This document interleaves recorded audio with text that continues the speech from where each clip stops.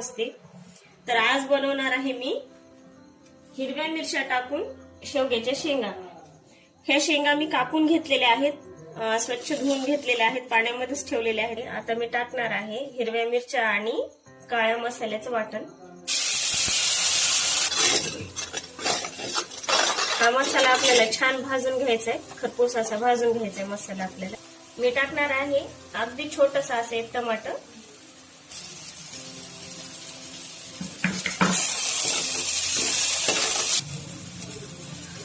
मी टाकणार आहे थोडीशी हळद आणि मीठ टाकणार आहे. आता टाकणार आहे मी ह्या शेवग्याच्या शेंगा.